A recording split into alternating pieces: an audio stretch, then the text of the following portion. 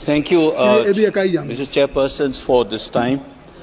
I want to draw the attention of the Minister of Health and Family Welfare regarding a 52-year institute in the state of Manipur called the Regional Institute of Medical Sciences.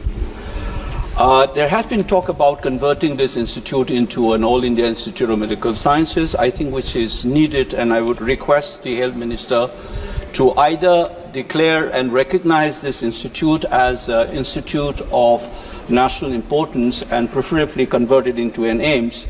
I would like to remind the Minister that this institute has produced health professionals who have been serving in hospitals and medical colleges across the country as well as abroad, and it caters to patients in the neighboring states. Not only that, even foreign countries like Myanmar, we have patients from there.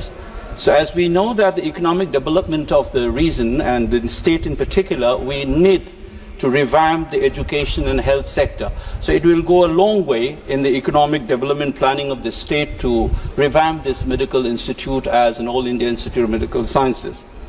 And secondly, Mr. Chairman, as we know that northeastern region is afflicted by conflict for decades and has produced post-traumatic diseases, and because of the rapid urbanizations, it has impacted the family relationship.